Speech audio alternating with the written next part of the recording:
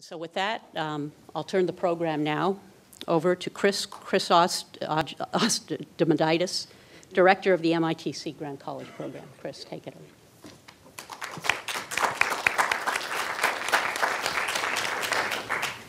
I'd like to join Maria.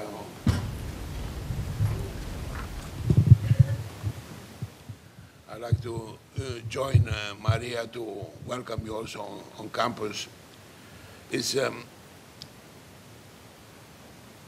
I guessed right that she was going to make a wonderful introduction, so I left all the technical stuff to her.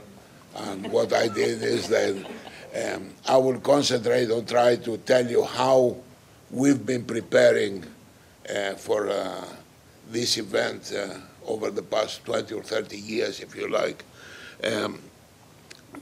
Sea Grant is a wonderful institution that was created about 40 or 50 years ago that combines both research, education, and applied sciences or advisory services. So it sort of reflects in a way, in miniature, MIT's goal, which if you go back to its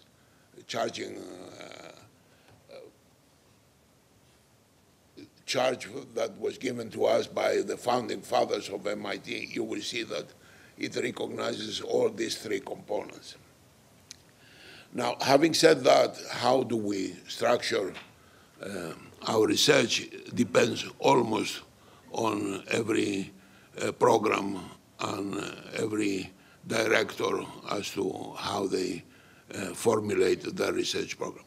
I took it very seriously that we really must maintain at least a 50% effort in research and try to concentrate in developing new techniques that allows us to address major society problems.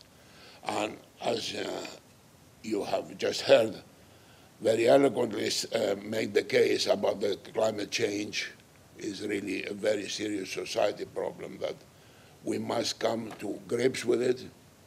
There are no easy solutions, but we have to prepare ourselves and we have to educate ourselves as to how to address the issue. So over the past 20 years or so, I have been, when you don't have a lot of money, you buy the excellence through longevity. So, in my case, I try to, over the last 20 years, sort of seeded funding in major areas that I believe all contribute to important society problems. And one of the problems I have selected to address is this climate change.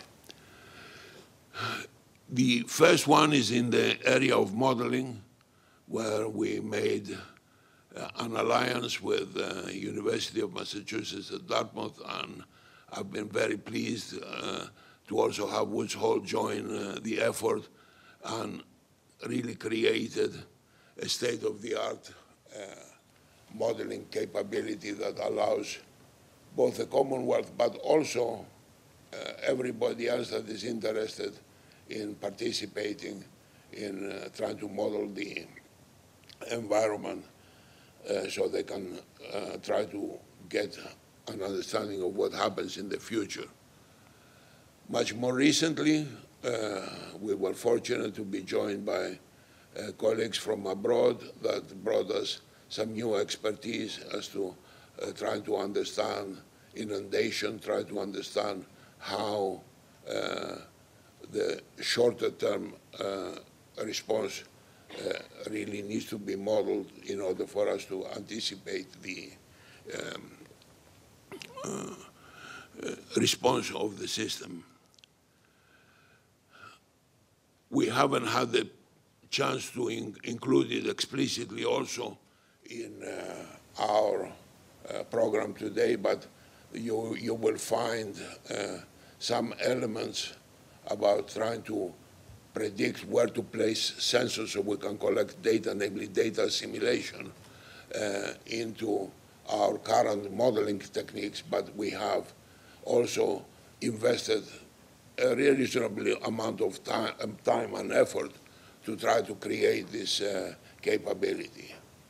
Much more recently, we have become interested, and not only us, just the whole institute is also large data. How does one try to understand what is contained in large amounts of data, and how do we interpret it, and how do we plan for it?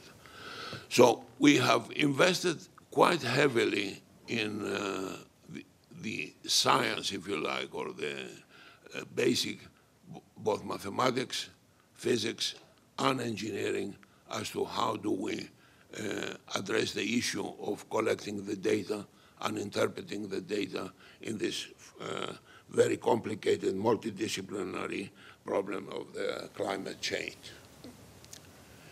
But in parallel with that, we were very fortunate that we happened to be also in a time where NOAA recognized the importance of social science, and advances in social sciences have to come together for us to prepare the populace and have to prepare ourselves as to how to react to this. So in the last 3 or 4 years, we have heavily funded social science efforts to address the climate issue.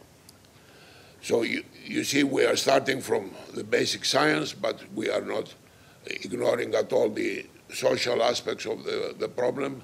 And then the last element, or actually the last 2 elements, is the more applied type of research, where we try to bring the fruits of our research, however elementary they might be at this point, to the city and to the people, the planners that are really trying to make the decisions for all of us, to anticipate, for example, what happens if there is extreme weather condition in the next 2 or 3 years. Actually, in my own field, they tell me that the 100-year wave, which I used to design for in my ships, now happens every 10 years. What happens if the 100-year wave starts happening every year? I mean, it's really something that, you know, we've got to face, that is real, and we should really prepare ourselves for it. No easy solutions. All solutions are going to be extremely hard, but we really, though, have to face it.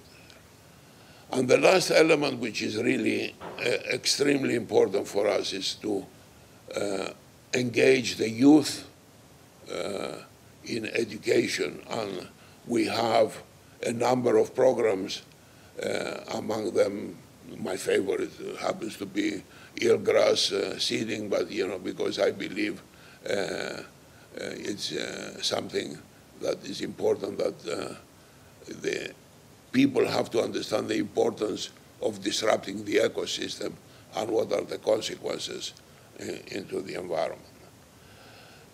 So the way we try to approach the problem is, it's a very complicated problem, no easy solutions, but we try to prepare the scientists, prepare the social scientists, prepare the populace, prepare the decision makers, so they can be ready to address this fundamentally difficult problem. So hopefully today you will hear at least some of our efforts of what we've tried to do over the past 20 years. I know I forgot at least 10 major research programs, but it is important for you to understand that, you know, we listen and we try to plan well ahead of everybody else, so we can bring into fruition some of the tools that you will need for the next.